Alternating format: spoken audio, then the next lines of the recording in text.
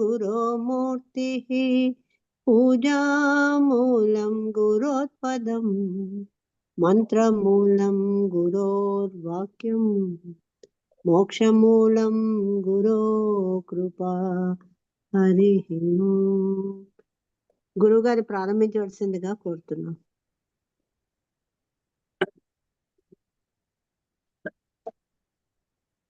ఓం నమ శాంతాయ దివ్యాయ సత్యధర్మస్వరూపిణే స్వానందామృతతృప్తాయ సుందరాయ నమో నమః.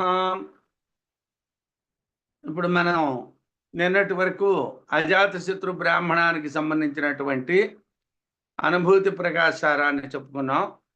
ఇవాళ అదే అధ్యాయంలో శిశు బ్రాహ్మణానికి సంబంధించినటువంటి అనుభూతి ప్రకాశ సారాన్ని చెప్పుకోవాలి. శిశువద్విషయాసంగరహితః ప్రాణయిష్యతే భాగాదీనామివ యతో విషయోస్య న దృశ్యతే. శిశువత్ శిశువు వలె విషయాసంగరహితః విషయముల యొక్క ఇంద్రియ వ్యాపారముల యొక్క సాంగత్యము లేనటువంటిది. ప్రాణః ప్రాణము ఇష్యతే అనబడుచున్నది.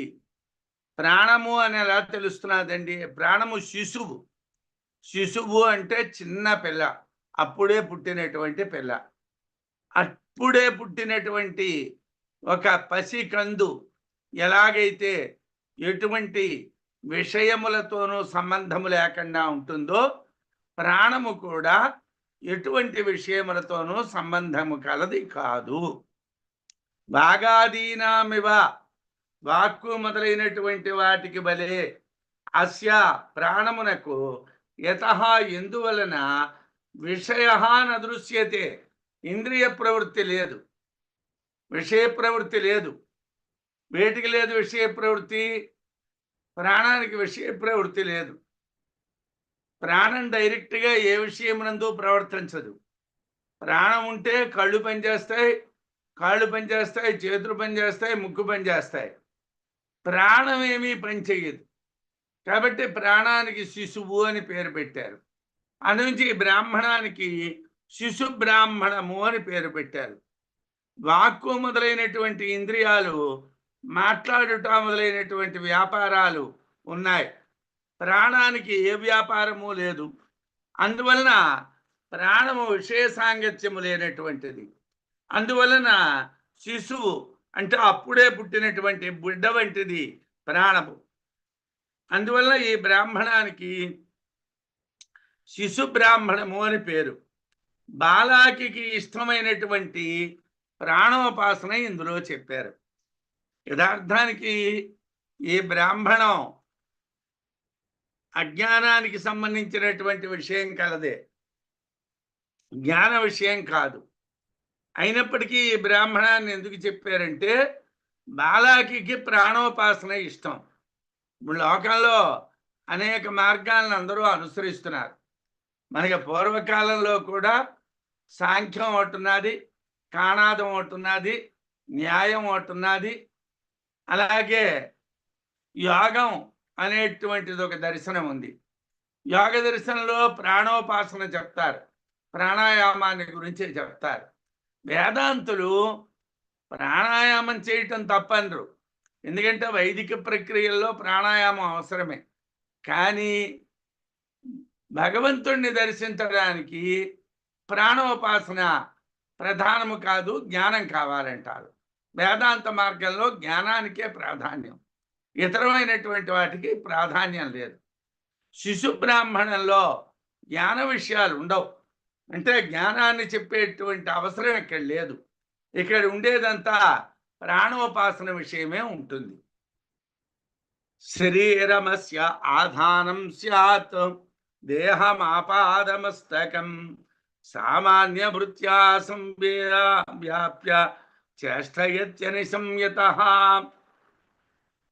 యతః ఎందువలన దేహం ఆపాదమస్తకం పాదాలు మొదలు తల వరకు శరీరము సామాన్య భృత్యా సంవ్యాప్య సామాన్యమైనటువంటి వ్యాపారముతో అంతటా వ్యాపించి చేష్టయతి పనిచేయుచున్నదో అనిశం అహోరాత్రములు.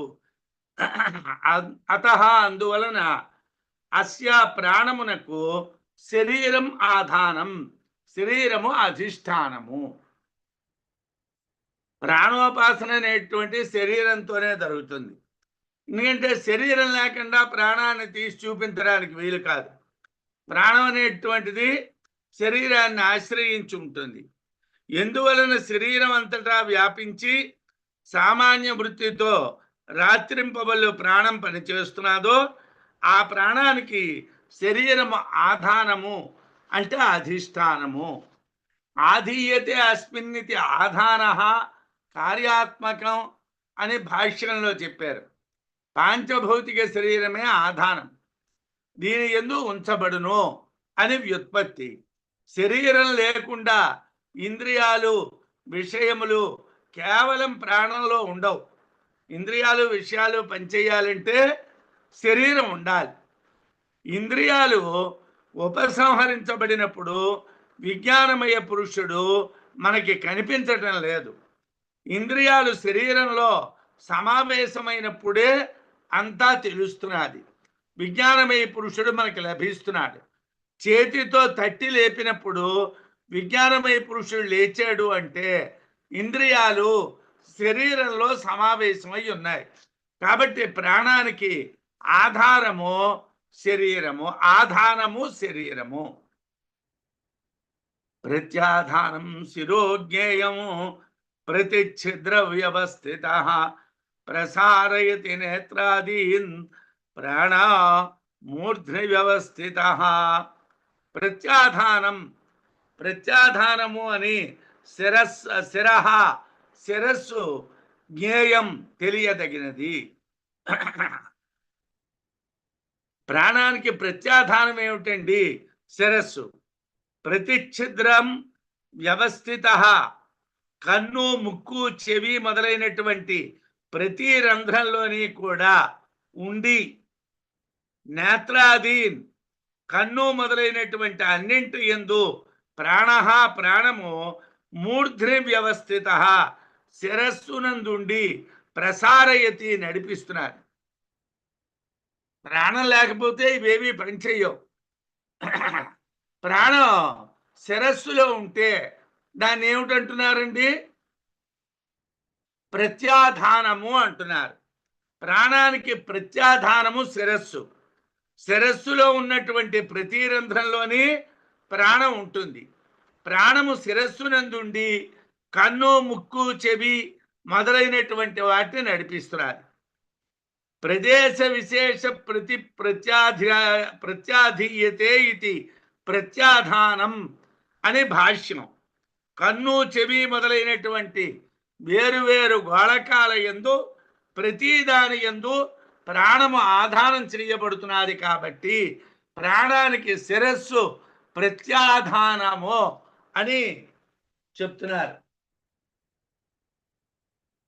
ప్రాణస్య బంధన స్తంభ శరీరబలమిష్యతే దౌర్బల్యే సతి దేహస్య ప్రాణోత్క్రాంతిర్హి దృశ్యతే. ప్రాణస్య ప్రాణమునకు బంధన స్తంభ కట్టుకొయ్య శరీర బలమిష్యతే శారీరక బలం అవుతున్నది. ప్రాణానికి కట్టుకొయ్యే ఏదండి అని అంటే శరీర బలం. శరీరానికి ఉన్నటువంటి బలం మీద ఆధారపడి ప్రాణం నిలబడుతున్నది. ఆత్మకి దేహబలంతో సంబంధం లేదు. బాగా ముసలివాడైపోయిన తర్వాత కూడా, ఇంద్రియాల పటుత్వం తగ్గిపోయిన తర్వాత కూడా కొంతమందికి ప్రవృత్తి విషయంలో ఆత్మవిశ్వాసం ఉంటుంది. మనం ఏమిటంటాం? వాడికి ఒంట్లో సత్తువు లేకపోయినా వాడికి మనోబలం గట్టిగా ఉన్నదిరా అంటాం. మనోబలం అంటే అది ఆత్మబలం. కొంతమందికి ఆత్మబలంగా ఉంటుంది, కొంతమందికి ప్రాణం దుర్బలమయ్యేసరికి అంతా దుర్బలమైపోతారు. శరీరంలో వ్యాధి వచ్చిందనుకోండి, శరీర వ్యాధి వలన దుర్బలుడైపోతాడు. మరి నేనేం పని చేయలేను, నా వల్ల ఏం కాదు, ఇంక నేను ఎందుకు పనికిరాను. శరీరం యొక్క బలం ముఖ్యమైనటువంటిది అయినప్పటికీ కూడా ఆత్మబలం కూడా ఉండాలి, ఆత్మవిశ్వాసం ఉండాలి. పర్వాలేదు, నేను బ్రతకగలను అన్న నమ్మకం ఉండాలి. ప్రాణమునకు బంధన స్తంభం కట్టుకొయ్య శరీర బలం ఇష్యతే, శారీరక బలంగా చెప్తున్నారు.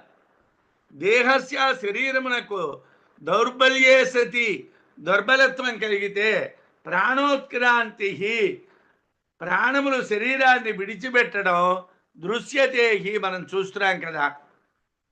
బాగా శరీరం క్షీణించిపోయింది అనుకోండి, ప్రాణాలు పోతాయి. బాగా శరీరం క్షీణించిపోతే ప్రాణాలు వాటంతట అవే బయటికి పోతాయి. ప్రాణానికి కట్టుకొయ్యవలే శరీర బలము తెలుస్తున్నది. శరీరము దుర్బలమైతే ప్రాణాలు శరీరాన్ని విడిచిపెట్టిపోవడం మనం చూస్తున్నాం. ప్రాణ స్థూణ అన్నపాన జనిత శక్తి ప్రాణోబలమితి పర్యాయ.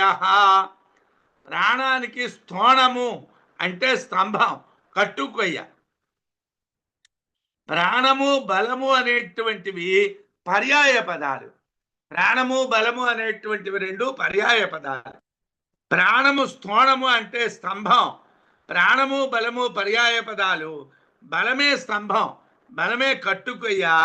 బలము అన్నపానాల వల్ల కలుగుతుంది, అంటే మనం తినేటువంటి ఆహారాల వల్ల శరీరానికి బలం కలుగుతుంది. దాన్ని కట్టుకొయ్య అంటారు. అంటే ఒక దూడని ఎలాగైతే ఒక కట్టుకొయ్య కడతామో అలా ఈ ప్రాణాలు బలమైనటువంటి శరీరంలో ఉంటాయి. శరీరం బలహీనమవుతూ ఉంటే ప్రాణం బలహీనం అవుతూ ఉంటుంది, పనిచేయడం కష్టం అవుతూ ఉంటుంది. బంధనాయాస్య దామాన్నం వత్సబంధన రజ్జువతు అన్నే త్రిధా విభక్తేస్మిన్ భాగాభ్యాం బధ్యతే స్వయం. అన్నం ఉంది. అన్నం అంటే ఆహారం.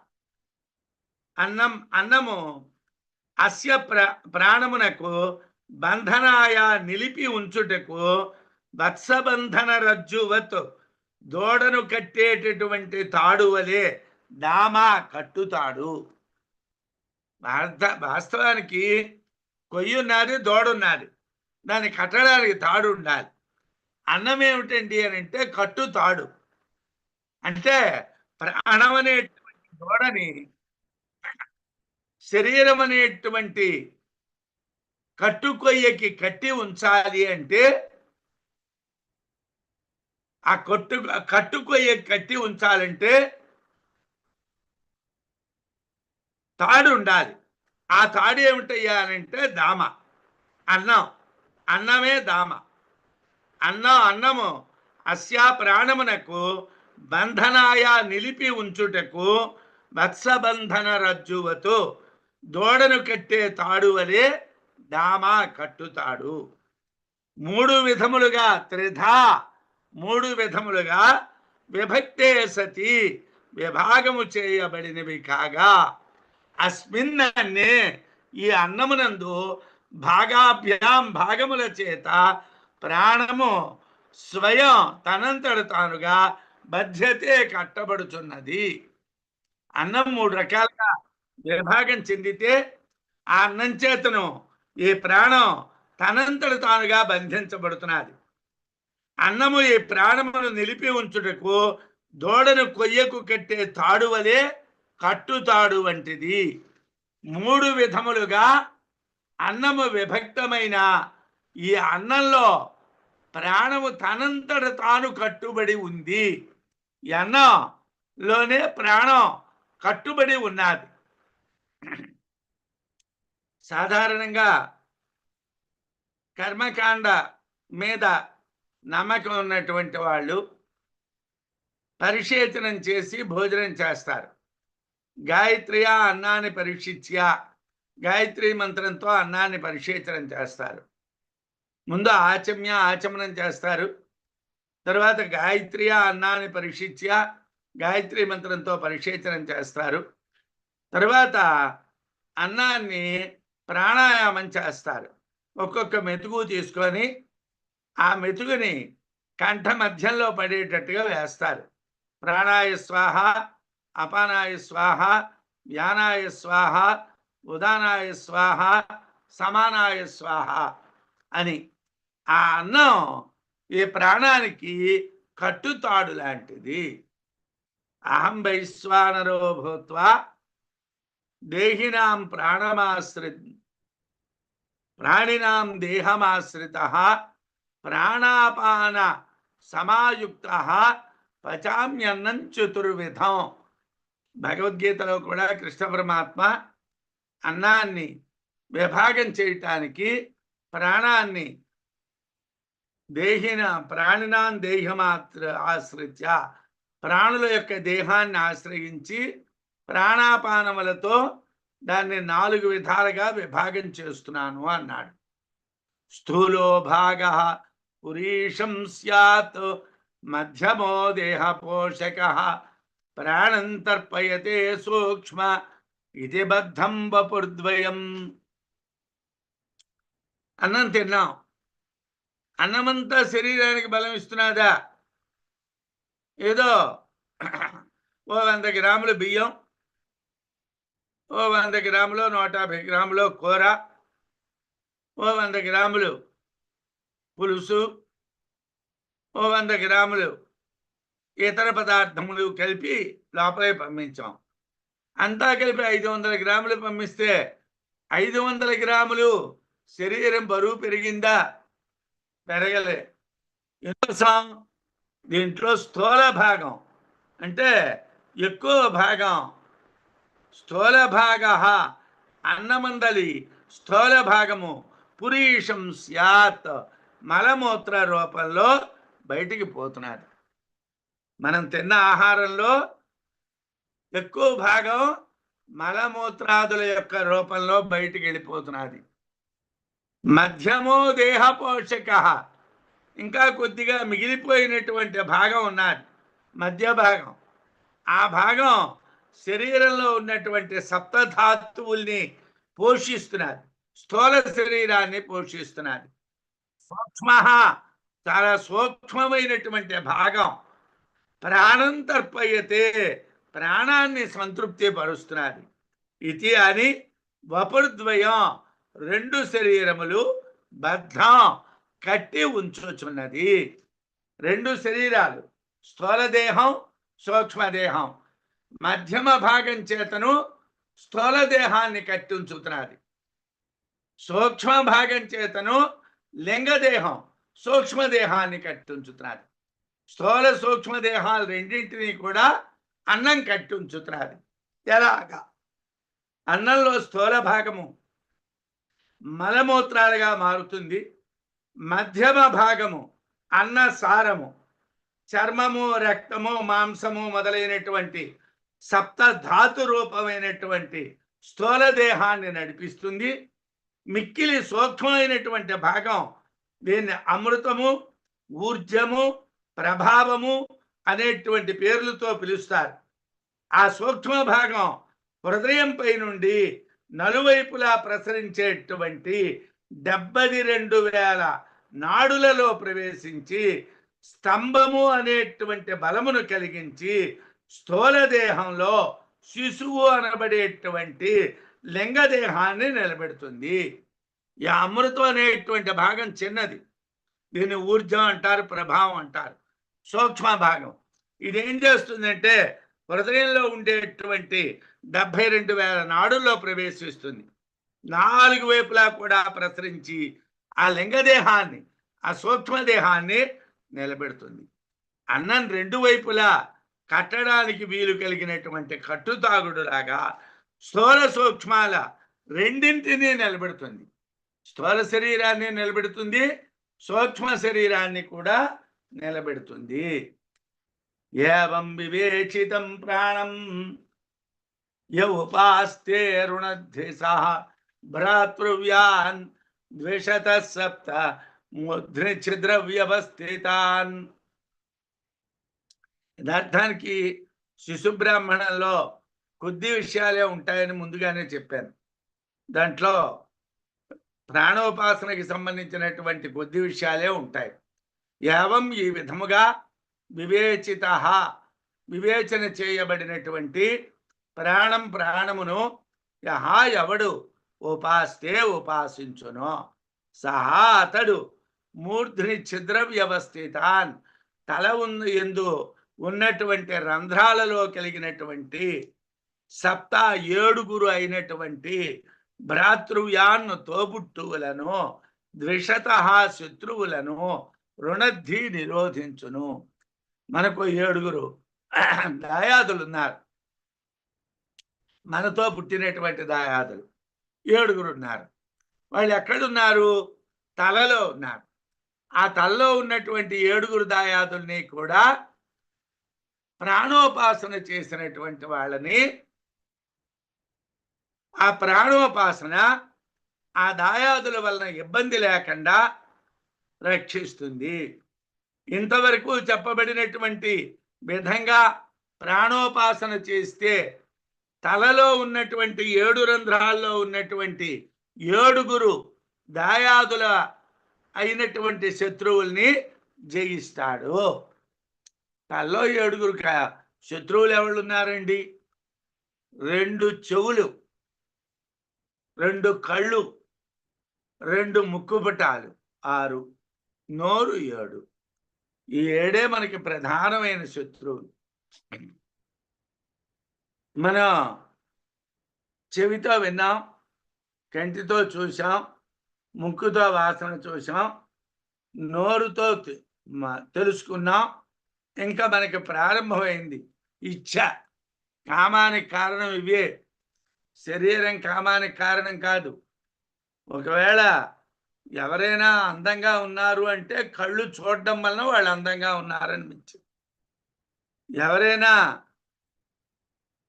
పాడినటువంటి పాటో మాట్లాడినటువంటి మాటో చెవులు వినడం వలన వాళ్ళ యందు ఆకర్షణ కలిగింది. ఏదైనా ఒక వస్తువు వాసన ముక్కుకి తగలడం చేత ఆ వస్తువు మీద అభిమానం పెరిగింది. మాట్లాడటం చేత దోషాలు పెరిగాయి. ఈ 7 మనకున్నటువంటి దాయాదులు. వాళ్ళ 7 కూడా మనతోనే పుట్టారండి. వాళ్ళు వేరేగా పుట్టలేదు, మనతోనే పుట్టారు. భ్రాతృవ్యాస్యు సహోత్పత్తే శబ్దాద్యా సంగవృత్తయః ద్విషంతి చ ముముక్షుంతాః ప్రత్యగ్దృష్ట్యాపహారతః. శబ్దాద్యాః శబ్దము మొదలగు సంగవృత్తయః దేహేంద్రియములతో కలిసి ప్రవర్తించునవి సహోత్పత్తే ఈ స్థూల సూక్ష్మ దేహములతో కలిసి పుట్టటం వలన భ్రాతృవ్యాస్యు దాయాదులవుతున్నారు. లోకల్లో ఏమండి, జ్ఞాతిశ్చేత్ అనలేన కిమ్మనడి వాచారూఢి సత్యముగన్. జ్ఞాతి ఉంటే వేరేగా నిప్పక్కర్లేదట, ఇల్లు కాలిపోతుందట. జ్ఞాతులు ఎప్పుడూ కూడా తన జ్ఞాతి బాగుపడాలి అని కోరుకోడు అని అంటుంది శాస్త్రం. సోదర ధర్మం ఉండదా అంటే అదే కృతయుగంలోనో త్రేతాయుగంలోనో. ద్వాపర యుగంలోనే దాయాదులకి పడలేదు, కలియుగంలో దాయాదులకి ఏం పడుతుంది? ఇది లోక వ్యవహారం. ఇక్కడ మనకి దాయాదులు ఎవళ్ళండి? మనతో పాటు పుట్టినటువంటి చెవులు, మనతో పాటు పుట్టినటువంటి కళ్ళు, మనతో పాటు పుట్టినటువంటి ముక్కు పుటాలు, మనతో పాటు పుట్టినటువంటి నోరు. వీళ్ళు మనకి దాయాదులు. శబ్దాద్యాః శబ్దము మొదలైనటువంటి సంగవృత్తయ దేహేంద్రియములతో కలిసి ప్రవర్తించున్నవి సహోత్పత్తే ఈ స్థూల సూక్ష్మ దేహములతో కలిసి పుట్టుట వలన భ్రాతృవ్యాస్యు దాయాదులగుచున్నారు. తాహ దాయాదులు ప్రత్యగ్దృష్ట్యాపహారత. ఈ యథార్థానికి కళ్ళు బయటికి చూస్తాయి, అలా వాడు బాగున్నాడు, వీడు బాగున్నాడు, వీడు సంపాదించాడు, వాడు తిన్నాడు, వాడు కట్టుకున్నాడు, వీడు కళ్ళు, ఈ చెవులు, ఈ నోరు ఏం చేస్తున్నాయిరా? ఊర్లో వ్యాపారాలన్నీ చేస్తున్నాయి, లోపల వ్యాపారం చేయటంలే. ప్రత్యగ్దృష్ట్యాపహారత అంటే అంతర్దృష్టిని అపహరించటం వలన ముముక్షు మోక్షము కోరువానిని ద్వేషంతిచ ద్వేషించుచున్నవి. సాధారణంగా ఎవరైనా లోకంలో మంచి పని చేస్తామంటే సంతోషించాలి, కానీ దాయాదులు మంచి పనులు చూస్తే ఏడుస్తారు. అలాగే మన దాయాదులు కళ్ళు, చెవులు, ముక్కు, నోరు మనం ఒకవేళ అంతర్దృష్టి కలిగిన వాళ్ళమై ప్రత్యక్ బ్రహ్మాన్ని చూద్దాం అనుకుంటే అవి ఏడుస్తాయి, అవి బాధపడతాయి. మనం ఎప్పుడు పరంగా బయట వైపు బహిర్దృష్టి కలిగినటువంటి వాటిగా నడిపిస్తాయి. దేహేంద్రియములతో కలిసి పనిచేసేటువంటి శబ్దాదులు దేహేంద్రియములతో పాటు పుట్టడం వల్ల దాయాదులు అనబడుతున్నాయి. ఈ శబ్దాదులు మోక్షం కోరు వారి యొక్క ఆంతర దృష్టిని చెడగొట్టి బాహ్య ప్రవృత్తిని కలిగించును, ఆ ముముక్షువులను ద్వేషించును. సేవంతే క్షిస్థితం ప్రాణో సప్తరుద్రాధిదేవత అక్షేణ ఇత్యుపాస్తేయ శ్రోత్రమక్షయమస్నుతే. ఇట్లా ప్రాణోపాసన చేస్తే ఆ ఇంద్రియాలని జయించవచ్చును అన్నారు. అందుకే సాధారణంగా ప్రాణాయామం ముక్కుపుటాల మీద చేయిస్తారు, నేత్రాలని మూసి ఉంచమంటారు, చెవుల్ని బాహ్య విషయాలు వినకుండా కంట్రోల్లో ఉంచమంటారు, మాట్లాడకుండా ఉండమంటారు.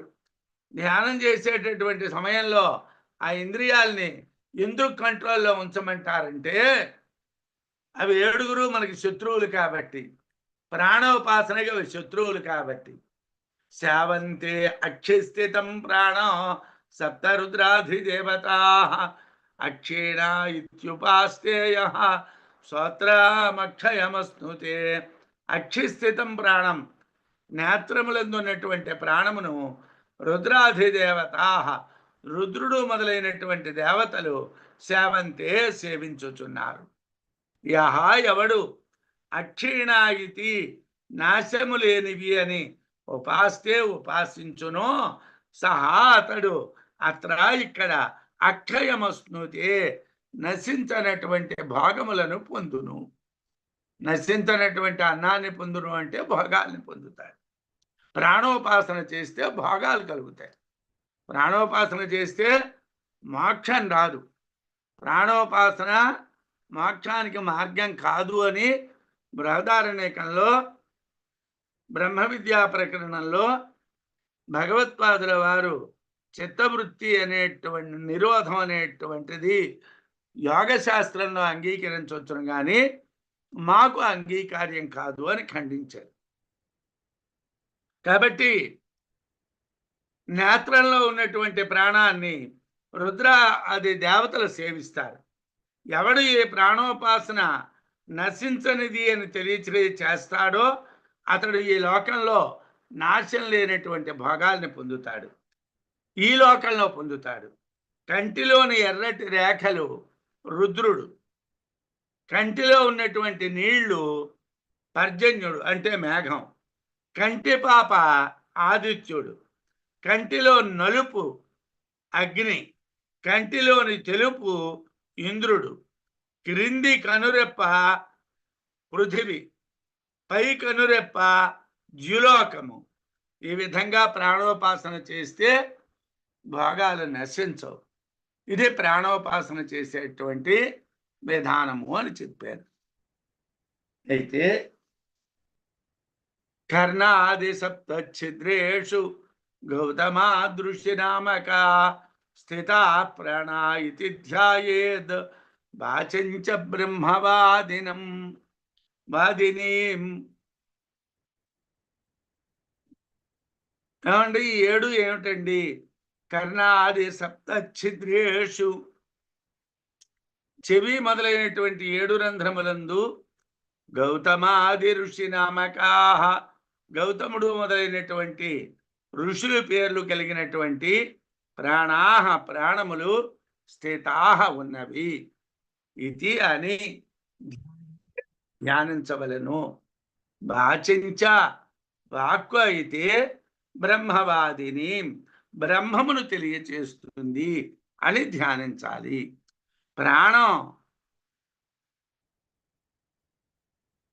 ప్రాణాలే ఋషులు. ప్రాణములను గూర్చి మంత్రం చెప్తున్నారు. వేదము ద్వారా సంవాదము చేసే వాక్కు 8వది. ఇవి 7 కాకుండా 8వ దాన్ని వేదం ద్వారా సంవాదం చేసేటువంటి మాట అంటారు. కుడి చెవి గౌతముడు, ఎడమ చెవి భరద్వాజుడు. ఇట్టింతటి మారొచ్చును అని భాష్యంలో అంటారు. కన్నులు 2 విశ్వామిత్ర జమదగ్నులు. కుడి కన్నో ఎడం కన్నో ఏదో ఒకటి విశ్వామిత్రుడు, ఒకటి జమదగ్ని. ముక్కు పుటాలు 2, ఒకటి వశిష్ఠుడు, ఒకటి కశ్యపుడు. వాక్కు అనేటువంటిది అత్రి అని సప్తఋషుల్ని చెప్పి 8వది బ్రహ్మమును చెప్పేటువంటి వాక్కు అని చెప్పారు.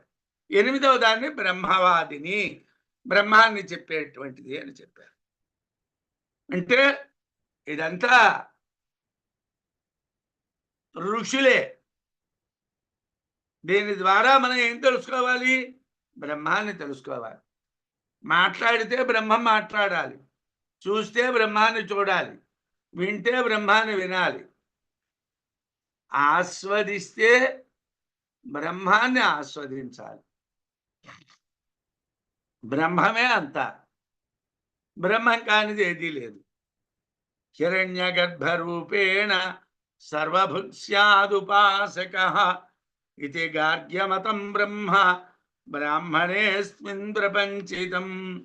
ఉపాసకః ఉపాసకుడు హిరణ్య గర్భరూపేణ హిరణ్య గర్భ రూపమును పొంది సర్వభుక్ష్యాత్ అన్ని భోగాలు అనుభవిస్తాడు. ఇది అని గార్గ్యమతం బ్రహ్మ గార్గ్యునికి ఇష్టమైనటువంటి బ్రహ్మమును అస్మిన్ ఈ 2వ బ్రాహ్మణే బ్రాహ్మణమునందు ప్రపంచితం విస్తరింపబడింది. ఈ ప్రాణోపాసన ఎవరికి ఇష్టం అండి? గార్గ్యుడికి ఇష్టం. హిరణ్య గర్భరూపమైనటువంటి బ్రహ్మంగాలా ప్రవర్తించి మొత్తం భోగాలన్నీ అనుభవించవచ్చును అనేటువంటిది గార్గ్యుడైనటువంటి బాలాకి ఇష్టం. ఇది బ్రహ్మం కాదు, ఇది హిరణ్య గర్భ రూపం. హిరణ్య గర్భ రూపాన్ని పొంది ప్రాణోపాసకుడు సమస్తాన్ని అనుభవిస్తాడు అని గార్గ్యుని అభిప్రాయం. ఆ గార్గ్యుని అభిప్రాయమైనటువంటి ప్రాణోపాసన ఈ 2వ బ్రాహ్మణంలో అంటే శిశు బ్రాహ్మణంలో చెప్పారు. శిశు బ్రాహ్మణంలో ఉపాసన చెప్పారు. ఇది బ్రహ్మోపాసన కాదు, ఇది ప్రాణాన్ని ఉపాసించడం. గార్గ్యోక్తం బ్రహ్మ విస్తృత్య తన్నిరాసాయ సాంప్రతం తృతీయం బ్రాహ్మణే ప్రాహ రాజ్ఞోక్తం బ్రహ్మ విస్తృతం. అయితే ఇదే బ్రహ్మ అనుకుంటే ప్రమాదం కదండి. లోకంలో ఎలా ఉన్నామంటే, ఏమండి, ప్రారంభంలో అన్నం బ్రహ్మ అంటారు. అంటే అన్నం బ్రహ్మ కదండి, వేగమయ్యా తినేసి కళ్ళు మూసుకొని పడుకున్నాం. అన్నం బ్రహ్మేతు యజానాత్ అన్నారు తైత్రీయంలో. ఆ తర్వాత మంత్రాన్ని మరి చదవడు. ఎవడైనా మాట్లాడుతున్నప్పుడు ఏం మాట్లాడతాడంటే, అన్నం బ్రహ్మ అన్నారు కదండి, ఎక్కడ దొరికినా తినేయాలండి, ఎలా దొరికినా తినేయాలండి, అన్నాన్ని నిందించకూడదండి.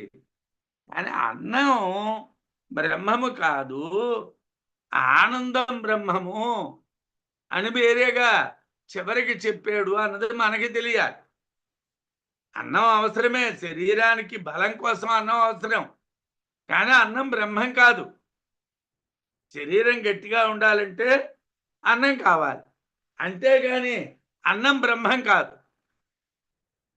గార్గ్యోక్తం గార్గ్యునిచే చెప్పబడినటువంటి బ్రహ్మ ప్రాణోపాసన అనే బ్రహ్మము విస్తృత్య విస్తారముగా చెప్పి సాంప్రతం ఇప్పుడు తన్నిరాసాయ దానిని తిరస్కరించుటకు తృతీయ బ్రాహ్మణే మూడవ బ్రాహ్మణమునందు రాజ్ఞోక్తం అజాతశత్రువుచే చెప్పబడినటువంటి బ్రహ్మము విస్తృతం చాలా వివరముగా ప్రాహ చెప్పబడెను. మూడో బ్రాహ్మణం మూర్తామూర్త బ్రాహ్మణం. రెండో అధ్యాయంలో మూడో బ్రాహ్మణాన్ని మూర్తామూర్త బ్రాహ్మణం అంటారు. ఈ మూర్తామూర్త బ్రాహ్మణంలో రాజుగారైనటువంటి అజాతశత్రువు చెప్పినటువంటి బ్రహ్మాన్ని గురించి వివరంగా చెప్పారు.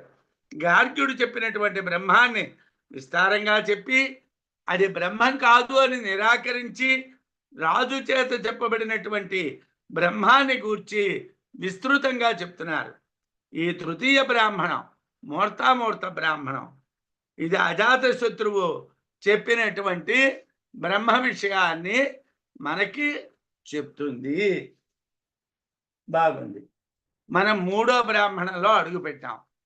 ఒకటో బ్రాహ్మణం అజాతశత్రు బ్రాహ్మణం, రెండో బ్రాహ్మణం శిశు బ్రాహ్మణం, మూడో బ్రాహ్మణం మూర్తామూర్త బ్రాహ్మణం. ఈ మూడు కలిపి అనుభూతి ప్రకాశంలో ఒక అధ్యాయంలో చెప్పారు. తర్వాత ఉన్నటువంటి మధు విద్యని మైత్రేయి బ్రాహ్మణాన్ని 2 అధ్యాయాల్లో చెప్పారు. మైత్రేయి బ్రాహ్మణాన్ని ఒక అధ్యాయంలోని, మధు విద్యని ఒక అధ్యాయంలోని చెప్పారు. మొత్తం 2వ అధ్యాయంలో ఉన్నది అంతా కూడా అజ్ఞానకాండే. అయితే ఈ అజ్ఞానకాండంతో మాకెందుకండి, ఏదో జ్ఞానాన్ని చెప్పేస్తే అదేదో పట్టుకో వెళ్ళిపోతాం కదా అంటే, ఏమిటి తెలియకూడదో మనకి తెలియాలి సార్. ఏమండి, మందు ఇచ్చేటప్పుడు పథ్యం చెప్తారు, ఇవి తినకండి అని చెప్తారు. ఒక ఆయనకు షుగర్ బాగా ఉన్నది, డాక్టర్ గారి దగ్గరికి వెళ్ళారు. అయ్యా మీరు కాఫీలో పంచదార వేసుకోకండి, పంచదార వేసిన పదార్థాలు తినకండి, తీపి పదార్థాలు తినకండి, ఏవో కొన్ని రకాల పళ్ళు తినకండి, ఇంకేవో తినకండి తినకండి తినకండి, ఈ మాత్ర వేసుకోండి అని. అండి నేను శుభ్రంగా పంచదార తింటాను, తీపి పదార్థాలు తింటాను, మాత్ర ఇవ్వండి అంటే మాత్రలు లేవండి, ఇంకా శుభ్రంగా మీరు తింటూ ఉన్నాం, ఇంజక్షన్ పొడుచుకుంటూ ఉన్నాం, ఉంటే ఉంటారు పోతే పోతారు. నాకు షుగర్ బీపీ పెరిగిందండి, కొన్ని మానేయండి అంటారు. ఎందుకు మానేయమంటున్నారు? మనం ఎందుకు చెప్పాలి? చెయ్యమనేవి చెప్పొచ్చును కదా. అంటే చెయ్యమనవే చెప్తారు. రోజు ఫిజికల్ ఎక్సర్సైజ్ చేయండి, నడవండి, కొలెస్ట్రాల్ చేర్చే పదార్థాలు తినకండి చెప్తారు. అవి చెప్తారు, ఇవి చెప్తారు. ఎందుకు చెప్తారండి అంటే, చెయ్యకూడనటువంటి తప్పులు చెయ్యకుండా ఉండడానికి, చెయ్యవలసినటువంటి పనులు చేయడానికి చెప్తారు. శారీరకమైనటువంటి రోగ నివారణ ఎలాగో ఆధ్యాత్మిక రోగ నివారణ కూడా అలాగే చేస్తారు. ఏవి మనం ముట్టుకోకూడదో మనకి చెప్తారు. ప్రాణోపాసన అవసరం కాదు, ప్రాణోపాసనని పక్కన పెట్టండి. పరధమం బ్రాహ్మణే రాజా బ్రహ్మయద్యప్యశేషతః వాచాధాపి సత్యస్య సత్యతా నైవ విస్తృత. అయితే అజాతశత్రువు ఇంతకు ముందే బ్రహ్మ పదార్థాన్ని గురించి చెప్పేశాడు కదండి. పడుకున్న దాంట్లో ఉన్నటువంటిది బ్రహ్మ అన్నాడు కదండి.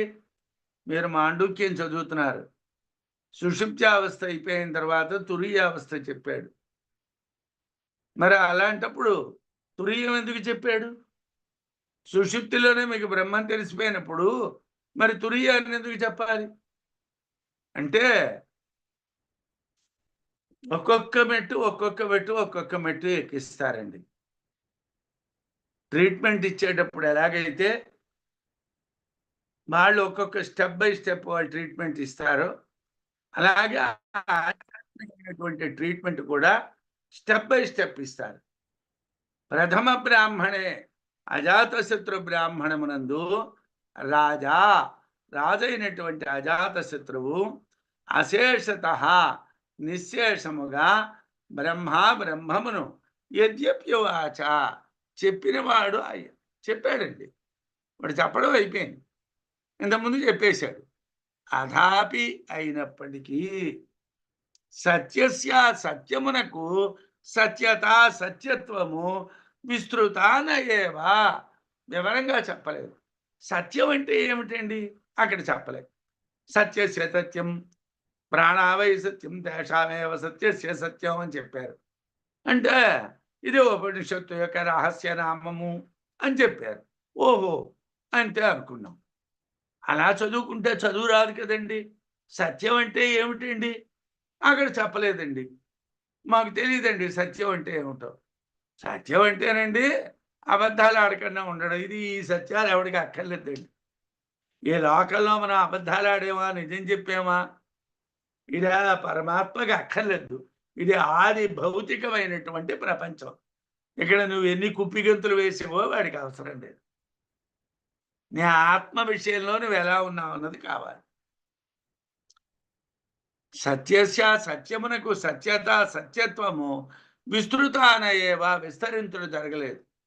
అజాతశత్రు బ్రాహ్మణంలో రాజైనటువంటి అజాతశత్రువు బ్రహ్మాన్ని గురించి చెప్పినప్పటికీ సత్యము యొక్క సత్యత్వాన్ని గురించి విస్తృతంగా చెప్పటం జరగలేదు.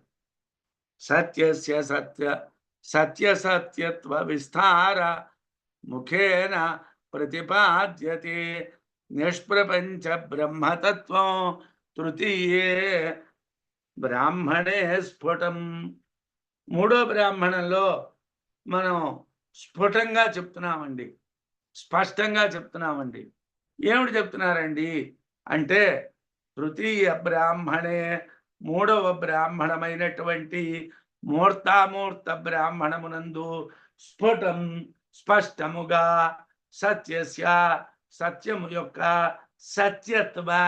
సత్యతత్వము విస్తారముఖేన విస్తృతమైనటువంటి రీతిలో నిష్ప్రపంచ బ్రహ్మతత్వం ప్రపంచ కల్పన లేనటువంటి శుద్ధ బ్రహ్మతత్వము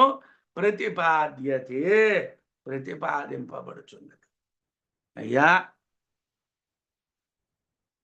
అజాతశత్రు ప్రథమ బ్రాహ్మణంలో అంటే అజాతశత్రు బ్రాహ్మణంలో ప్రాణము కానీ ఇంద్రియాభిమాని దేవతలు కానీ బ్రహ్మము కాదు అని నిర్ధారించి చెప్పాడు. సుషుప్తి అవస్థలో ప్రాణము సత్యమైనప్పటికీ సత్యమునకు సత్యమైనటువంటిది బ్రహ్మము అని చెప్పాడు. అయితే అక్కడ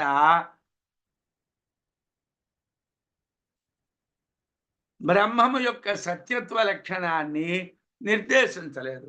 బ్రహ్మ ఎలా సత్యము అన్నది చెప్పలేదు. కల్పితమైనటువంటి జగత్తునందు బ్రహ్మాన్ని గుర్తించడం చెప్పారు. సుషుప్తి కూడా కల్పితమైన జగత్తే కదండి. జాగ్రత్త కల్పితమైన జగత్తే, స్వప్నము కల్పితమైన జగత్తే, సుషుప్తి కల్పితమైన జగత్తే.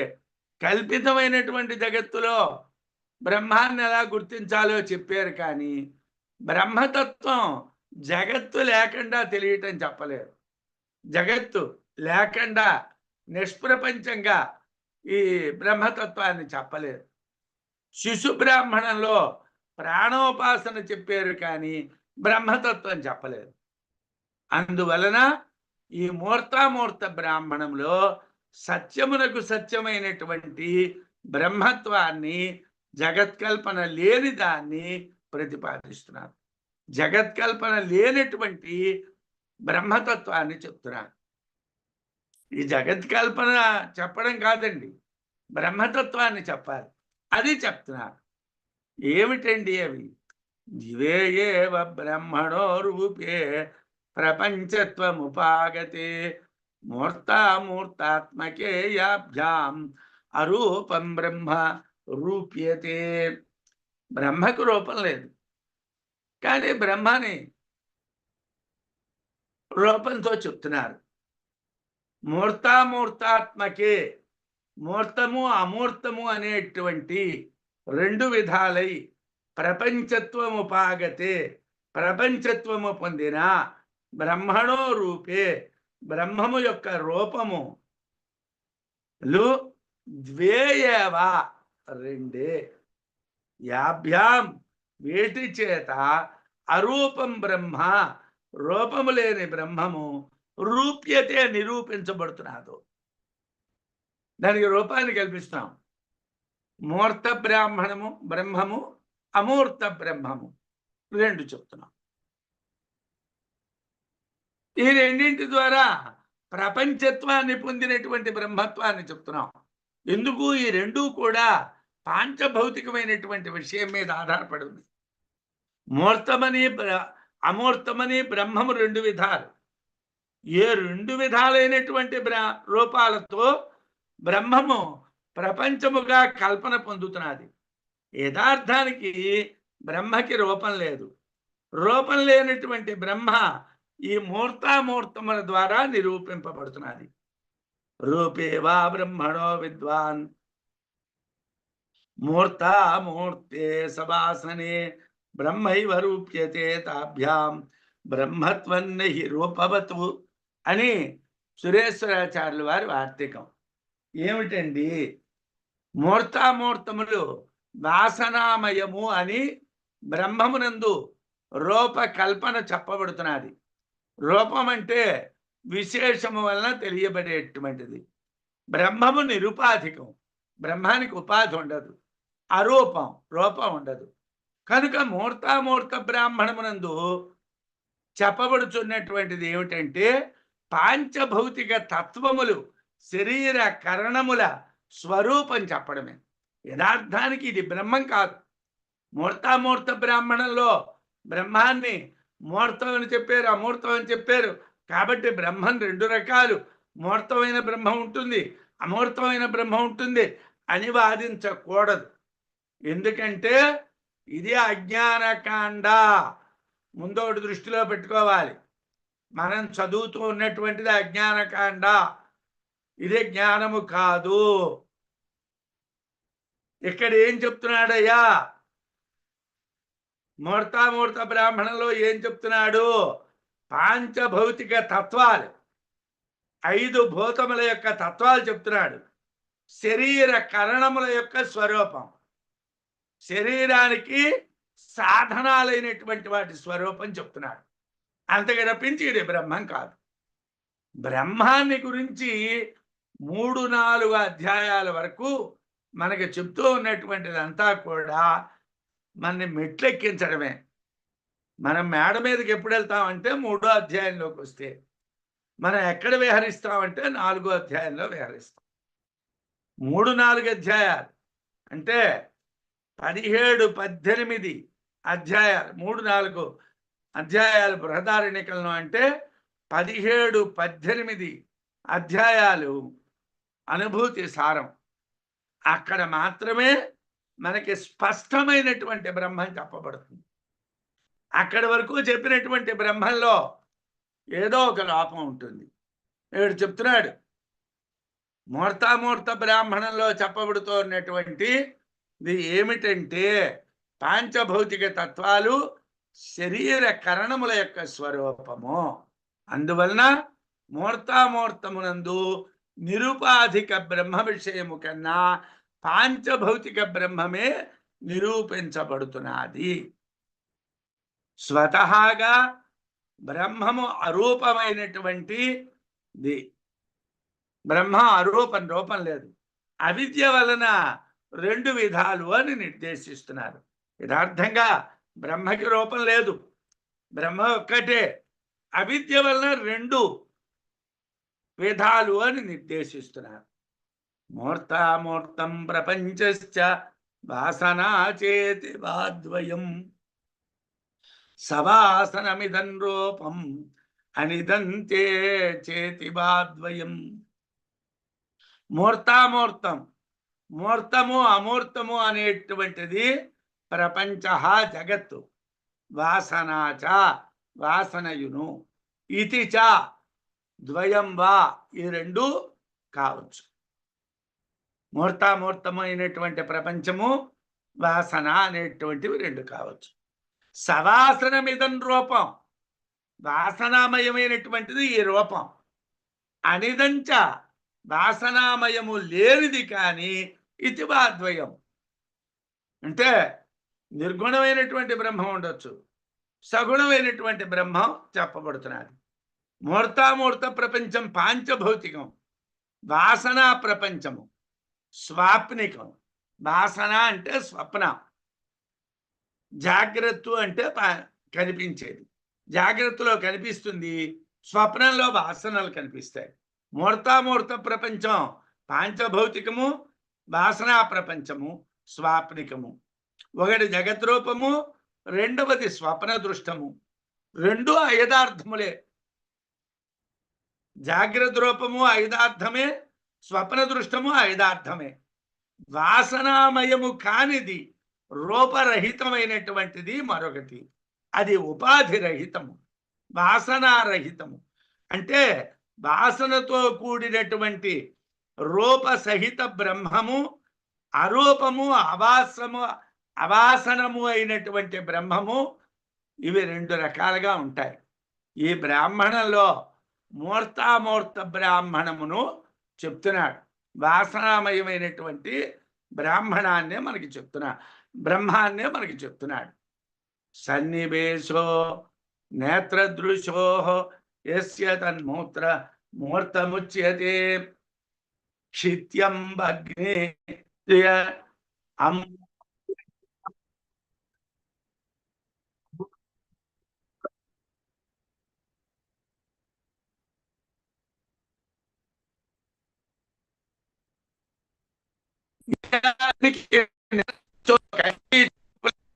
సన్నివేశ సాంగత్యము కలిగినదో తద్ అది మూర్తము అని చెప్పబడుతున్నది. ఉచ్యతే. క్షితి పృథివీ, అంబు జలము, అగ్ని, ఈ మూడు కూడా త్రయం, మూడింటితో కూడినటువంటిది మూర్తం. అంటే పృథివీ, జలము, అగ్ని అనేటువంటి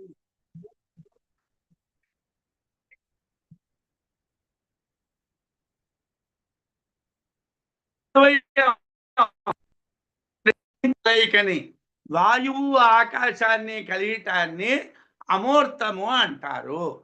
కంటికి చూపునకు గోచరించేటువంటి దాన్ని మూర్తము, పృథివీ అప్తేజో మిళితమైనటువంటిది మూర్తము, వాయు ఆకాశ మిళితమైనటువంటిది అమూర్తము.